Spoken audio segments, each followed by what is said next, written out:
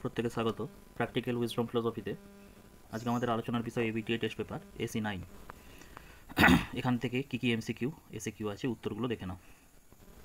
Logic শব্দটির অর্থ হলো চিন্তা। বৈধতার প্রশ্নটি জড়িত যুক্তির আকারের সঙ্গে। অনুমান যখন ভাষায় প্রকাশিত হয় তখন তাকে যুক্তি বলে। শর্ত অনুযায়ী বচন দুই প্রকার, প্রাকল্পিক ও বৈকল্পিক বচন। প্রতিটি নগর্থক বচনের পদটি অবশ্যই ব্যাপ্য হবে বিধেয় পদ। বচনের বিরোধিতার ক্ষেত্রে সামান্য সদর্থক বচন সত্য হলে একই উদ্দেশ্য বিধেয়যুক্ত বিশেষ নগর্থক বচনের সত্য মূল্য হবে মিথ্যা। একই উদ্দেশ্য এবং বিধেয় বিশিষ্ট দুটি বচনের মধ্যে যে বিরোধিতার অবস্থান করে তাকে অধীন বিপরীত বিরোধিতা বলে। ফেরিসন মূর্তিটি বৈধ হয় তৃতীয় সংস্থানে।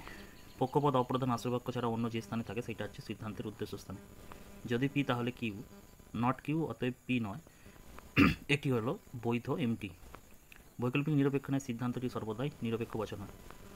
অশূন্য বা সাত্ত্বিক শ্রেণীর ভেনচিত্র হলো অপশন বি। কোনো অএস নয়, অ-পি।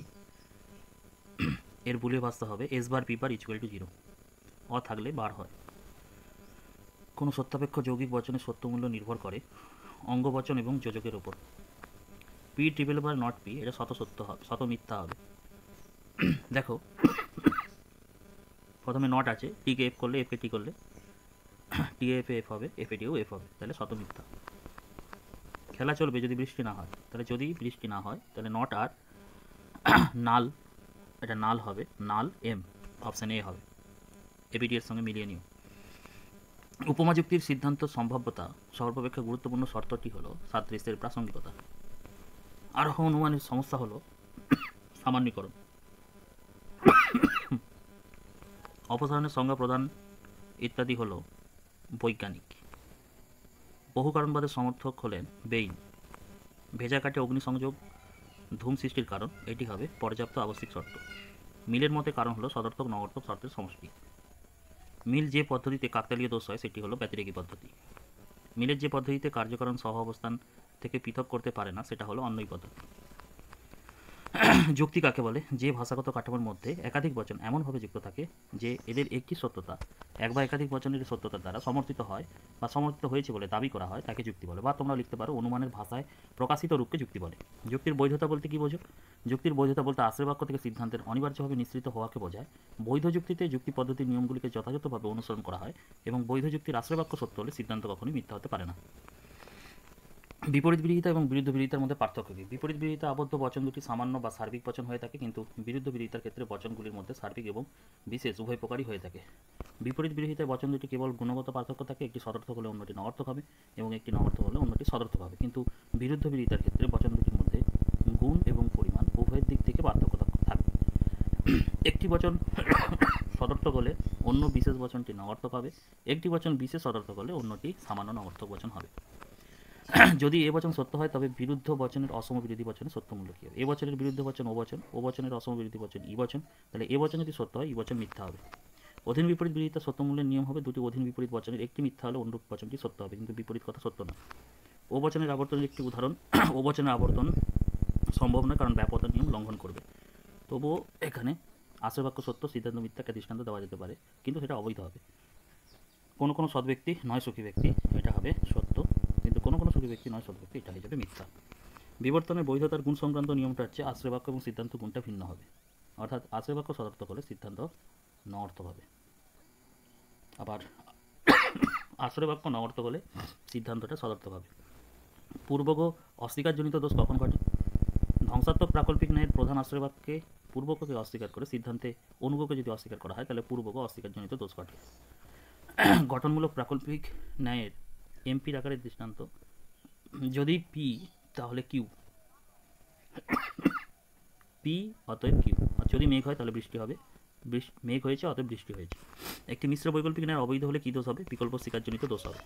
ভেনচিত্রে প্রকাশ করো সাংবাদিকরা উপস্থিত কী হবে? কোনো কোনো সাংবাদিক হয়ে উপস্থিত, এসপি নট ইকুয়াল টু 0, মাঝখানে একটা ক্রস হবে। অস্তিত্বমূলক তাৎপর্য কাকে বলে? যেখানে অন্তত পক্ষে একজন সদস্যের অস্তিত্ব থাকে। যে শ্রেণীতে অন্তত একজন সদস্য আছে সেই শ্রেণী হলো সাত্ত্বিক বা অশূন্য শ্রেণী নামে পরিচিত। এই শ্রেণীর সাত্ত্বিক বা অস্তিত্বমূলক তাৎপর্য আছে।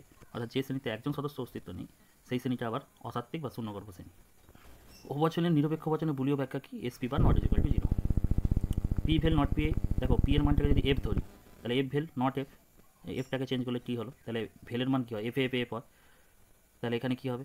এফ এ টি এ টি হবে, টি হলো। দেখো পি এর মানকে মিথ্যা ধরলেও টি ধরলো, আবার পি এর মানকে যদি সত্য ধরি তাহলে টি ভেল নট টি, নট টিকে চেঞ্জ করলাম এফ হলো, তাহলে টি ভেল এফ কী হবে? টি হবে। তাহলে পি এর মান সত্যই ধরি বা মিথ্যা ধরি, পি ভেল কিউ সবসময় সত্য হবে। তাহলে অ্যান্সারটা হবে পি এর মান সত্য অথবা মিথ্যা হবে। পি নাল কিউ মিথ্যা হলে তাহলে কিউ এর সত্য মূল্য কী হবে? তাহলে পি নাল কিউ কখন মিথ্যা হয়? যদি পি এর মান সত্য হয়, কিউ এর মান এফ হয়, তাহলে এফ হয়, তাহলে পি এর সত্য অর্থাৎ পি এর সত্য, কিউ এর মানটা কী হবে? মিথ্যা হলে মিথ্যা হবে। তাহলে কিউ এর মানটা কী যে বলেছে প্রশ্নে, তাহলে কিউ এর মান কী হবে? মিথ্যা হবে, কারণ টি এফ এফ হয়। নিবেশন দৃষ্টান্ত কাকে বলে? যে প্রক্রিয়া যুক্তির আকার থেকে যুক্তি গঠন করা হয় তাকে নিবেশন প্রক্রিয়া বলে। আরোহ অনুমানের বস্তুগত ভিত্তি কি? পর্যবেক্ষণ এবং পরীক্ষণ। আরোহমূলক লাভ কি? আরোহ অনুমানের ক্ষেত্রে যুক্তিবাক্য ও সিদ্ধান্তের মধ্যে ব্যবধান থাকে, এই ব্যবধানকে অতিক্রম করাকে আরোহমূলক লাভ বলে। বৈজ্ঞানিক আরোহ অনুমানকে কি মূল্যহীন বলা যায়? না, অবৈজ্ঞানিক আরোহ মূল্য নির্ভর করে পর্যবেক্ষণের সাহায্যে, সত্য দৃষ্টান্ত সংগ্রহ এবং সাদৃশ্যের প্রাসঙ্গিকতার উপর। তাই অনুমানের পরীক্ষণের উপায় না থাকলে একে একেবারে মূল্যহীন বলা যায়। উপমা যুক্তির ভিত্তি কি? অসম্পূর্ণ সাদৃশ্যতা। বহু কারণবাদ কি? যে মতবাদ অনুসারে একটি কার্য বিভিন্ন সময় বিভিন্ন কারণের দ্বারা উৎপন্ন হয় তাকে বহু কারণবাদ বলে। মিলের পদার্থ কারণের সংজ্ঞা আছে। কারণ হলো কার্যের অপরিবর্তনীয় শর্তান্তরহীন পূর্ববর্তী ঘটনা। কারণ হলো সতর্ক নগরদের উপকরণ সমূহের সমষ্টি। পর্যাপ্ত শর্ত কি? দুটি ঘটনা যখন এমনভাবে থাকে যে এদের প্রথমটি ঘটলে দ্বিতীয়টি ঘটে, কিন্তু প্রথমটি না ঘটলেও দ্বিতীয়টি ঘটতে পারে, তখন প্রথম ঘটনাটি দ্বিতীয় ঘটনার পর্যাপ্ত শর্ত। বিষপান হলো মৃত্যুর কারণ, এটা হবে পর্যাপ্ত শর্ত। সম্পূর্ণ পিডিএফটি তোমরা হোয়াটসঅ্যাপে পেয়ে যাবে, আমার হোয়াটসঅ্যাপ নাম্বারে যোগাযোগ করবে। পিডিএফটির মূল্য মাত্র 5 টাকা। যারা নতুন মাধ্যমিক দেবে এবছর তারা যদি একাদশ এবং দ্বাদশ শ্রেণীতে দর্শন পড়তে চাও তাহলে আমার সঙ্গে যোগাযোগ করতে পারো। আগের বছর দর্শনে সর্বোচ্চ নম্বর আমার কাছ থেকে পেয়েছে 98। এছাড়াও কলেজে যারা এই বছর তোমরা উচ্চ মাধ্যমিক দেবে, কলেজ দিকে কৃতি ছাত্রছাত্রীদের রেজাল্ট মার্কশিট সহ আমার ওয়েবসাইটে দেওয়া রয়েছে, তোমরা দেখে নিতে পারো আমার কাছ থেকে কারা কারা ফার্স্ট ক্লাস পেয়েছে।